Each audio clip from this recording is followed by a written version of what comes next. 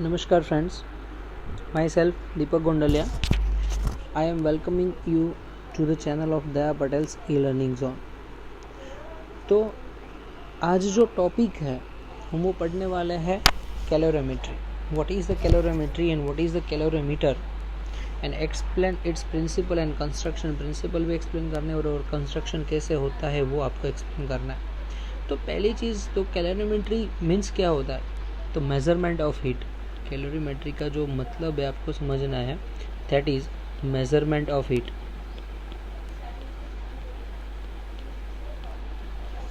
अगर आप हीट को मेजर कर रहे हो तो that is called the calorimetry.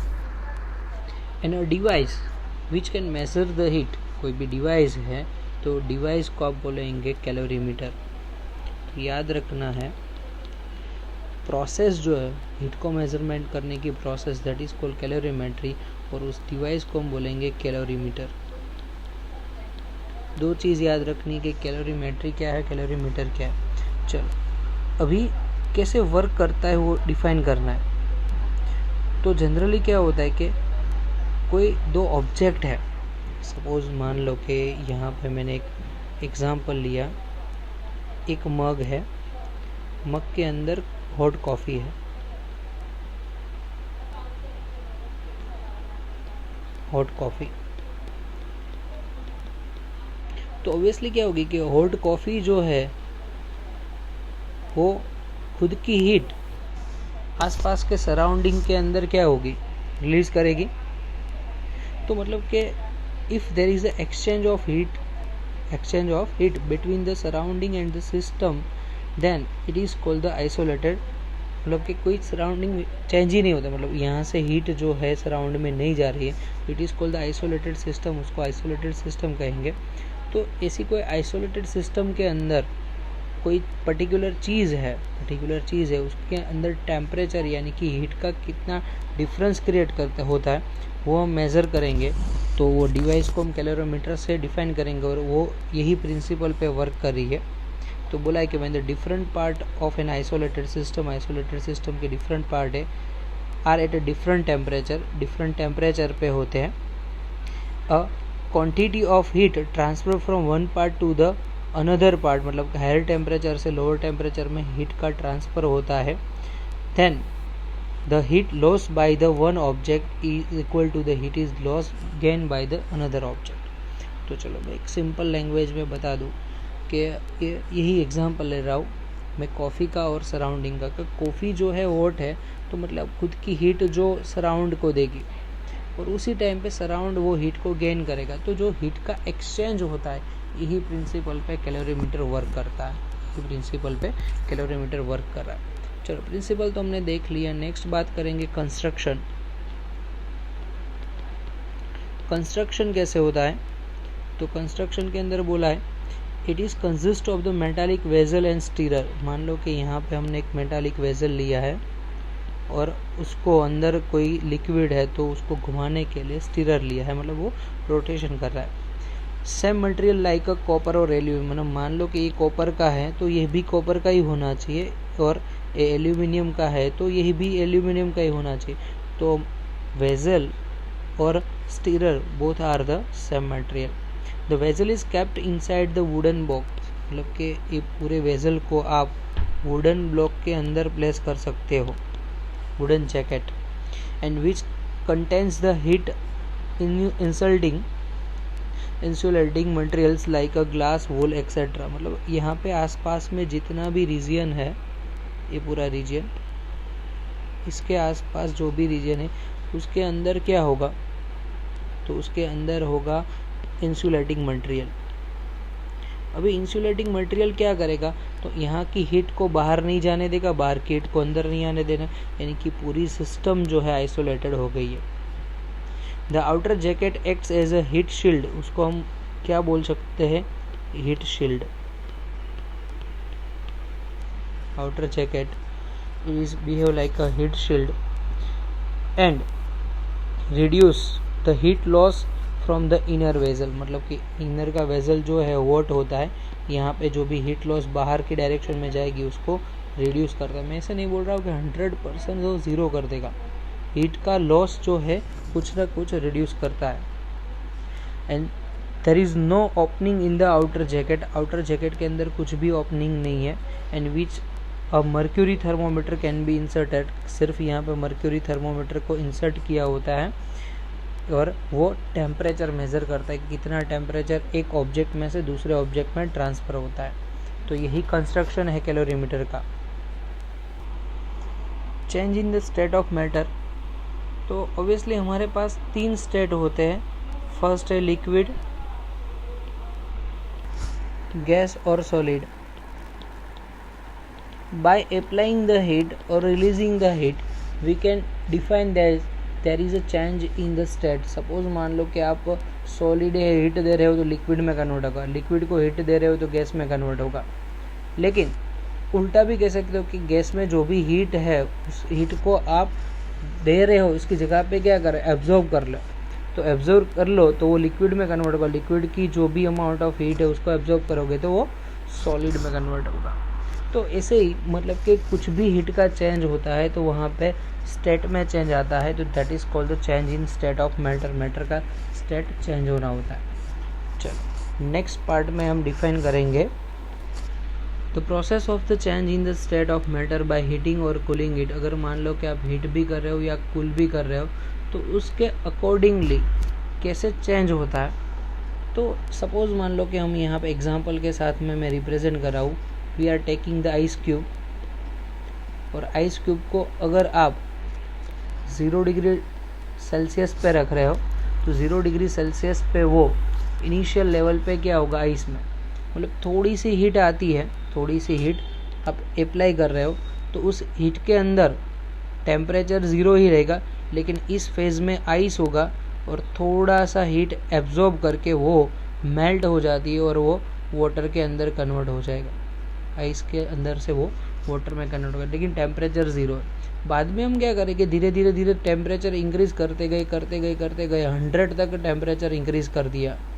तो 100 तक टेम्परेचर इंक्रीज़ करते हो तो यहाँ पे अभी वाटर के फॉर्म में ही है, ये जो पोर्शन है वहाँ पे भी वाटर के फॉर्म में है, लेकिन थोड़ी सी ज़्यादा हीट हम अप्लाई कर रहे हैं। तो हीट अप्लाई करने से वो कन्वर्ट हो जाएगा वेपर के अंदर। तो यहाँ पे चेंज इन स्टेट, यहाँ पे चेंज इन स्टेट और यहाँ से भी चेंज इन स्टेट, दोनों केस में स्टेट का चेंज हो रहा है, लेकिन टेम्परेचर रिमेन कांस्टेंट। यहाँ पे वेपर में कन्वर्ट होगा और टेम्परेचर रिमेन कांस्टेंट। यहाँ पे भी 100 डिग्री सेल्सियस पे वाटर है, यहाँ पे भी 100 डिग्री सेल्सियस पे। अगर आप अभी टेम्परेचर इंक्रीज़ कर रहे हो तो वेपर है उसका टेम्परेचर इंक्रीज़ होगा, बट अभी स्टेट में कुछ चेंज नहीं मिलेगा, स्टेट में कुछ भी चेंज। तो यही चीज़ को मैं पूरी रिवर्स करूँ, मतलब कि क्या कर रहा हूँ कि जो केस है उस केस के अंदर हम पूरी प्रोसेस उल्टी कर देते। उल्टी यानी कि कूलिंग कर रहे हैं, हीट देने की जगह पे हीट को एब्जॉर्ब कर रहे हैं। तो हीट को एब्जॉर्ब कर रहे हैं तो मान लो कि पहले वेपर में थी तो वेपर अपनी हीट क्या करेगी, रिलीज़ करेगी, और रिलीज़ करने के बाद में वो 100 डिग्री टेम्परेचर पे आ जाएगी और धीरे धीरे वाटर के अंदर कन्वर्ट हो जाएगी। देन आफ्टर वाटर जो भी होगा तो वाटर को आप हीट रिलीज़ करते हो, उसकी अंदर से हीट रिलीज़ होती है तो धीरे धीरे टेम्परेचर डिक्रीज़ होता है और 0 डिग्री सेल्सियस पे वाटर, अभी भी आपने उसका हीट जो है रिलीज़ कर दी तो वाटर कन्वर्ट हो जाएगा आइस में। और देन आफ्टर आइस के क्या होगा, अभी भी कूलिंग चल रहा है तो आइस का जो भी टेम्परेचर होगा वो नेगेटिव के अंदर चला जाएगा। तो हम यहाँ पे से लिख सकते हैं कि बाय हीटिंग और कूलिंग जो स्टेट होता है वो हम चेंज कर सकते हैं। स्टेट में क्या होता है कि हीट कर रहे हो तो सॉलिड, लिक्विड, गैस, और अगर कूलिंग हो रहा है तो उल्टा वेपर जो है, वेपर यानी कि गैस, लिक्विड और सॉलिड में कन्वर्जन होता है। नेक्स्ट पॉइंट है लेटेंट हीट।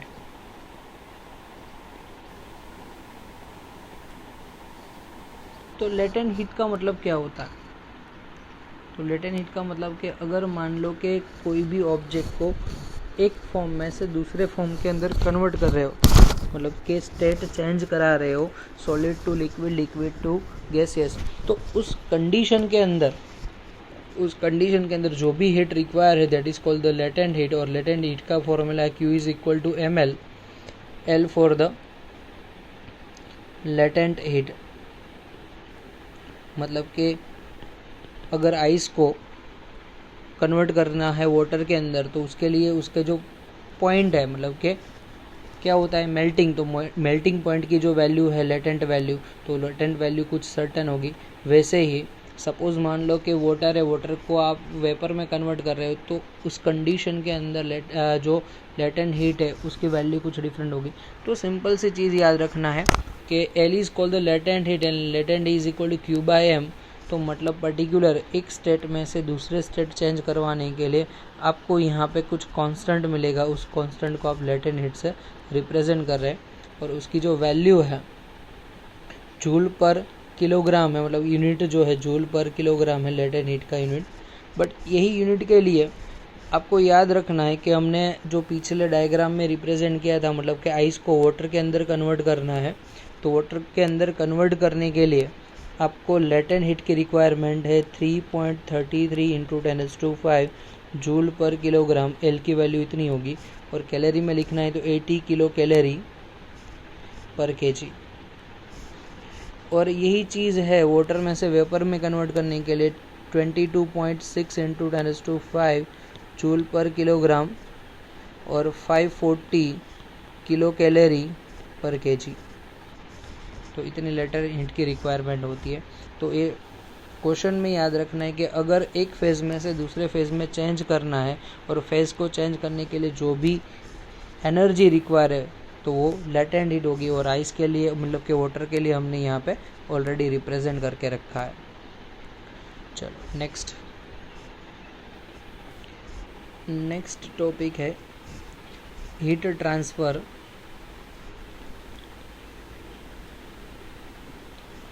तो बोला है कि हीट ट्रांसफ़र का मतलब क्या होगा, तो heat is a one type of energy, heat जो भी है one type of energy, and heat is energy transfer from one system to another system, one part of the system to the another part. मतलब कि system के एक part में से दूसरे पार्ट में भी जा सकती है, और एक सिस्टम में से दूसरे सिस्टम में भी हीट का ट्रांसफॉर्मर होता है।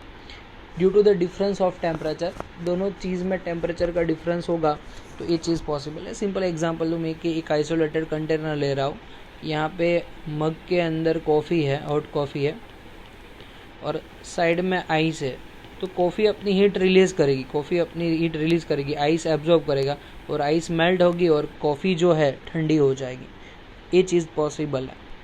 तो मतलब कि हीट का जो ट्रांसफॉर्मेशन होता है एक जगह से दूसरी जगह, तो वो 3 फेज में होता है। First is the conduction, and conduction is possible only in solid, मतलब कि सॉलिड के अंदर हीट ट्रांसफर होती है, that is called conduction. Second thing है कन्वेक्शन। कन्वेक्शन का मतलब होता है कि अगर फ्लूइड के अंदर हीट का फ्लो होता है तो that is called convection. And radiation होता है कोई भी गैस के अंदर, या आप स्पेस के अंदर भी डिफाइन कर सकते हो, उसके लिए नो मीडियम, कोई भी मीडियम की रिक्वायरमेंट नहीं है। ओके, तो सन में से जो भी एनर्जी आती है तो it is in the form of radiation, क्योंकि वहाँ पे मीडियम की रिक्वायरमेंट नहीं है। सपोज़ आपको पता है कि कोई रोड है, उसको आप एक साइड से गर्म कर रहे हो, तो वो रोड जो गर्म हो रहा है तो that is called the conduction. और वही हीट जो है पानी को उबालती है, पानी को गर्म करती है, तो that is called the convection.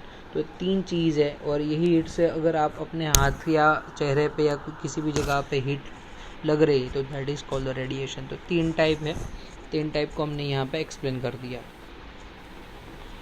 चलो बात करते हैं थर्मल कंडक्शन।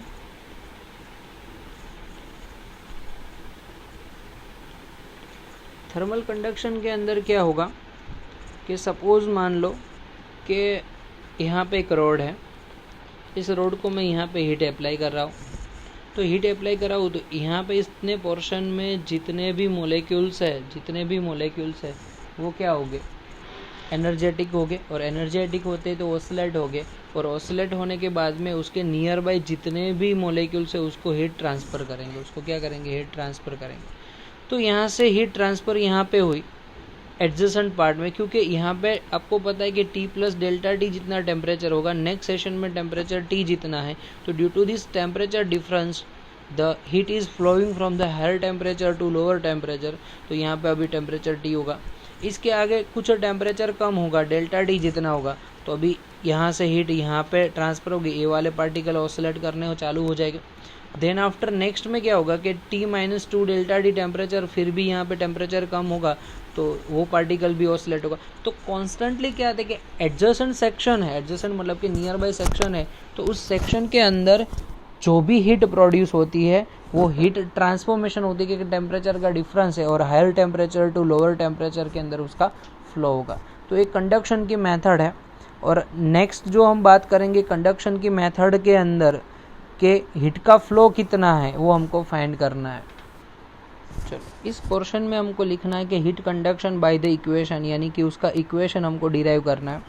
चलो पहले तो मेरी बात एक समझ लो कि यहाँ पे मैंने एक रोड बना दिया है, उस रोड को मैं डिफरेंट टेम्परेचर पे प्लेस कर रहा हूँ। यहाँ पे है टेम्परेचर T1 या TC, आप कुछ भी लिखो, यहाँ पे टेम्परेचर T2। दूसरी चीज़ क्या होगी कि आसपास का जो रीजन है यहाँ पे, ये पूरा रीजन इंसुलेटेड है। यहाँ से ए वाला पोर्शन मतलब कि जो लेटरल सरफेस है दैट इज़ इंसुलेटेड। तो इंसुलेटेड सिस्टम होती है तो क्या होगा, जो लेटरल सिस्टम इंसुलेटेड होती है तो क्या होगा, तो ऑब्वियसली आपको पता है कि अगर लेटरल सिस्टम इंसुलेटेड है तो आसपास के जो भी पार्ट है वहाँ से कोई भी हीट बाहर नहीं निकलती है और बाहर से कोई हीट अंदर नहीं आती। मतलब कि जो पूरा रोड है उसके इतने आजू बाजू का ये पूरा पोर्शन है वो हीट को रिलीज भी नहीं करता है, मतलब और हीट को एब्जॉर्ब। सिर्फ इस पॉइंट पे, फर्स्ट एंड पॉइंट पे ए पार्ट में से हीट एंटर होगी और बी पार्ट में से हीट एग्जिट होगी। तो हीट का ट्रांसफॉर्मेशन दो ही पॉइंट पे होगा, ए से लेके बी तक। तो ए पे टेम्परेचर T1 है, बी पे टेम्परेचर T2 है। ऐसे हमने टेम्परेचर का डिफरेंस डिफाइन कर दिया। और आपको बोल देता हूँ कि T1 is greater than T2 because आपको पता है कि हीट सोर्स हमने यहाँ पे ही प्लेस किया है। ए पार्ट जो है यानी कि फर्स्ट पार्ट है वहाँ पे भी हीट सोर्स अप्लाई किया है, तो T1 is greater than T2। चलो अभी क्या होगा कि हीट का फ्लो होगा। हीट जो है यहाँ से लेके यहाँ तक फ्लो, आगे फ्लो करती होगी।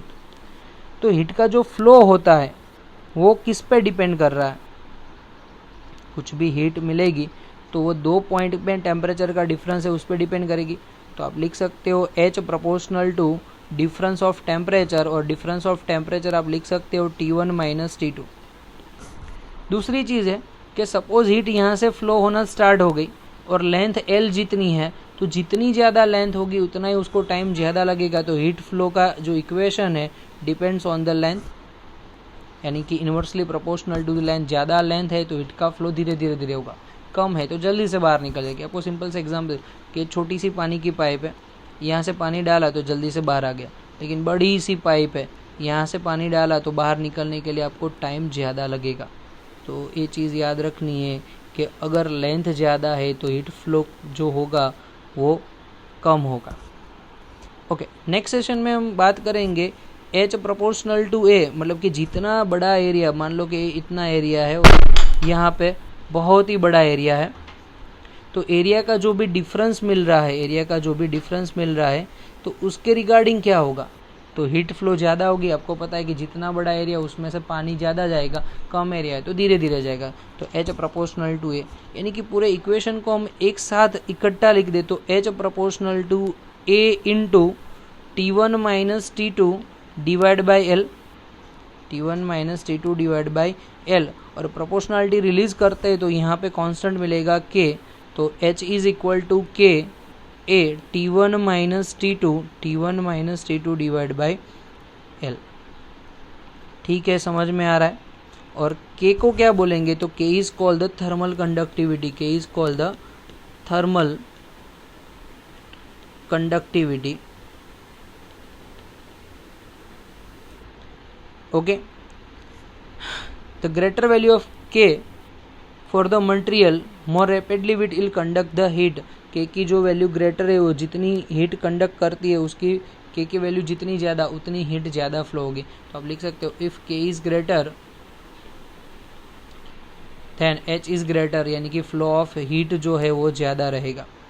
चलो इसका यूनिट लिखना है तो K को सब्जेक्ट कर लो। तो K को सब्जेक्ट करते हो यहाँ से, L ऊपर आएगा, A नीचे आएगा, टेम्परेचर नीचे आएगा, तो आप लिखेंगे H into L divide by K into delta T। H यानी कि हीट जूल में मेज़र करेंगे, लेंथ है मीटर में, एरिया लिखेंगे मीटर स्क्वायर में और टेम्परेचर लिखेंगे केल्विन में। Metre one time cancel, joule metre inverse kelvin inverse, joule metre inverse kelvin inverse से आप रिप्रेजेंट करेंगे। सॉरी, हीट फ्लो है यानी कि पावर से, जूल पर सेकेंड, सेकेंड इनवर्स भी लिखना पड़ेगा, और जूल पर सेकेंड को वॉट बोलेंगे, watt meter inverse kelvin inverse से रिप्रेजेंट कर सकते हो। ओके, तो ये वाला इक्वेशन आप देख सकते हो कि it is like a voltage V is equal to IR, so I is the current, current is equal to voltage by resistance के फॉर्म में लिख सकते हैं। तो आपका H का इक्वेशन लिखो, H is equal to K delta T divide by L। Delta T जो है वोल्टेज का काम करेगा यहाँ पे, क्योंकि अगर वोल्टेज का डिफरेंस होगा तो करंट फ्लो होगा, तो यहाँ पे भी टेम्परेचर का डिफरेंस होगा तो भी हीट फ्लो होगी। तो के और ए को नीचे ले लो, तो एच इज इक्वल टू क्या होगा, delta T divide by L divide by के, और एल डिवाइड बाई के को आप रेजिस्टेंस लिखेंगे तो R is equal to L divide by K. तो अगर कोई भी सॉलिड ऑब्जेक्ट है, सॉलिड ऑब्जेक्ट के अंदर रेजिस्टेंस कितना होगा, तो एल डिवाइड बाई के जितना होगा। आपने 10th में पढ़ा होगा कि resistance R is equal to rho L by A. Compare करो तो R is equal to, rho है रेजिस्टिविटी, यहाँ पे के है कंडक्टिविटी, दोनों इन्वर्सली फॉर्म में है, तो रो इज इक्वल टू 1 बाई के, और लेंथ ऊपर ही है, एल को एल के साथ कंपेयर कर सकते हो और ए को ए के साथ कंपेयर कर सकते हो। तो सेम टू सेम जो इलेक्ट्रिक रेजिस्टेंस है वैसे ही यहाँ पे फॉर्मूला मिलता है। तो आज के लेक्चर के लिए इतना ही रखेंगे, नेक्स्ट लेक्चर में वापस मिलेंगे। Thanks for watching this video, have a nice